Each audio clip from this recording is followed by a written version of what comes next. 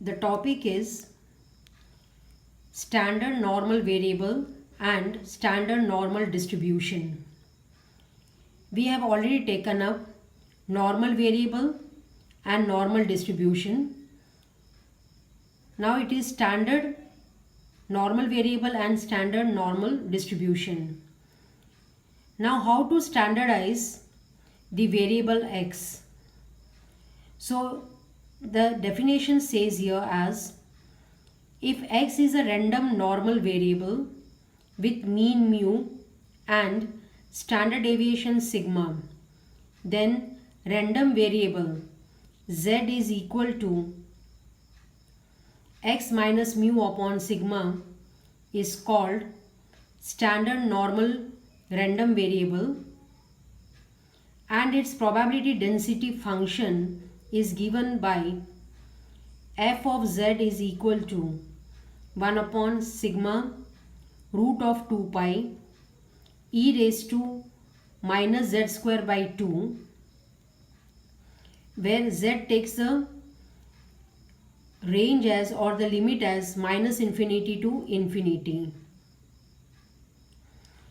Now in the definition says here as, if x is a random normal variable, then we need to standardize this x. Standardizing x means what? To make the value of x little smaller so that it can be easily found in the normal table. So to standardize that value, the value of x, we standardize it by subtracting with mean and dividing it by its standard deviation. And this complete formula, that is x minus mu upon sigma, we denote it as z. So the variable z becomes a standard normal random variable, and its probability distribution or the density function is given in this way.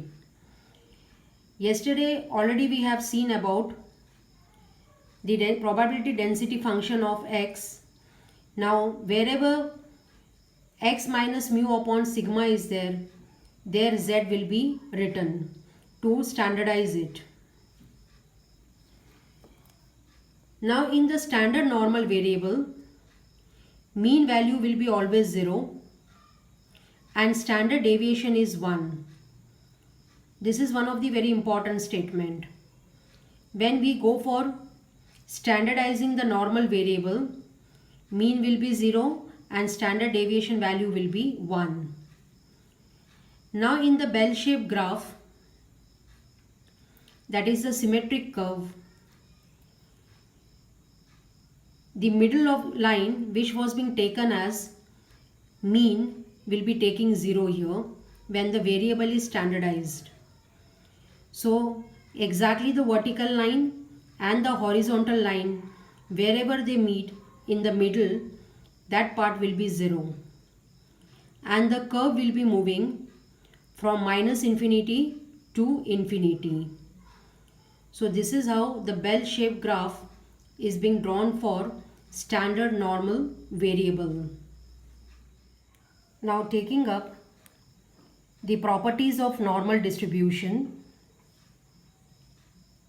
In board exams they ask this in the form of theory. So it has got certain important properties. The first one is, it is a distribution of continuous random variable. Why it is a continuous random variable? Because whatever the bell-shaped curve is drawn, it moves smoothly without any break. Hence it becomes a continuous random variable, and as well as the value of x takes or lies in certain interval given. So if the value of x lies in a certain interval, then the distribution becomes continuous random variable. The constants mu and sigma are the parameters of distribution which indicate mean and variance respectively.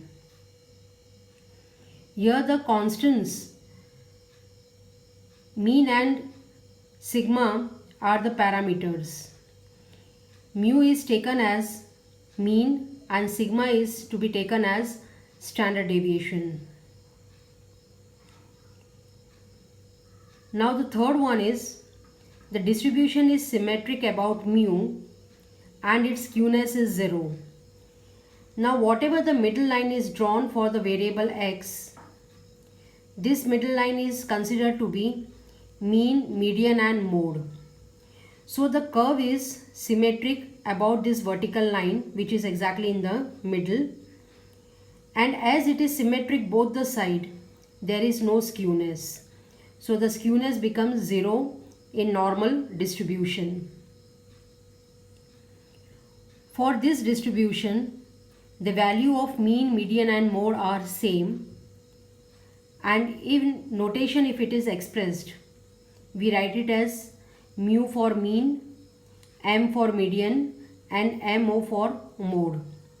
So the middle line over here in the graph is the line of mean, median and mode. So as all the three measures of central tendency are equal, the graph is symmetric. The fifth point is, for this distribution, quartiles are equidistant from median. That is, q3 minus m is equal to m minus q1. And if we want to calculate the median m, q3 and q1 given, then median becomes the average of both the quartiles, that is q3 and q1. So the formula becomes m is equal to q3 plus q1 divided by 2. Now as the middle line, the middle vertical line is considered to be median, q1 will lie towards the left hand side of m and q3 will lie towards right hand side of m. So q1 and q3 both will be at same distance from m.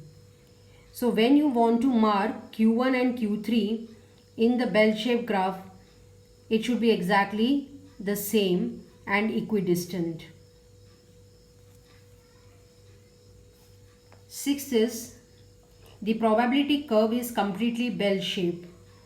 The shape of this curve is a bell shape. Seventh one is, normal curve is asymptotic to x-axis. The tails never touch x-axis. Asymptotic means it will just go near and near to x-axis, but it will never touch x-axis. So whenever this bell-shaped graph is drawn, it will not touch the horizontal axis. It will just go near, but it will not touch. Eighth one is, the approximate value of quartiles of normal distribution can be obtained from the following formula. These are the formulas of Q1 and Q3. Q1 is mu minus 0.675 sigma and Q3 is mu plus 0.675 sigma. So these are the formulas of Q1 and Q3 which is to be remembered. Ninth property is, for this distribution, quartile deviation is 2 by 3 sigma approximately. This is also one of the formula to calculate quartile deviation, that is 2 by 3 sigma. 10th one is, for this distribution, mean deviation is 4 by 5 sigma approximately. This is a formula for calculating mean deviation when sigma is known. Now the 11th, that is important areas under curve, normal curve, are as follows. Now here are the few of the important areas under the curve. Now under the curve is this bell-shaped graph, and inside the bell-shaped graph we call it as under the curve the areas. Total area under normal curve is 1 and area on both sides of perpendicular line at x equal to mu is 0.5. That means if we take this as vertical line as a reference line, which is a line of mean, median and mode, both the side the areas are distributed as 0.5 and 0.5. So the addition of both becomes 1. Second point is the area under the curve between the perpendicular lines mu minus sigma, mu plus sigma. Left hand side will become mu minus sigma, right will become mu plus sigma. The total area covered is 0.6826. These values are to be remembered. Same thing, the third point says the area under the curve between the perpendicular lines at mu minus 2 sigma and mu plus 2 sigma is 0.9545. This is also a fixed area. So mu minus 2 sigma lies towards left, mu plus 2 sigma lies towards right, and the total area covered is 0.9545. Fourth is the area under the curve between the perpendicular lines at mu minus 3 sigma and mu plus 3 sigma is 0.9973. So these are the few of the areas under the curve given. Fifth point is again area under the curve for mu minus 1.96 sigma and mu plus 1.96 sigma is 0.95. Sixth one is again area under the curve is mu minus 2.575 sigma and mu plus 2.575 sigma is 0.99. So these are the 6 areas whose values are being given here, which the curve covers, or we can say area under the curve covered by all these perpendicular lines. So this all 6 points and the values are to be remembered. So these are the 11 properties of normal distribution. Normal distribution means the variable x. So variable x follows all these properties.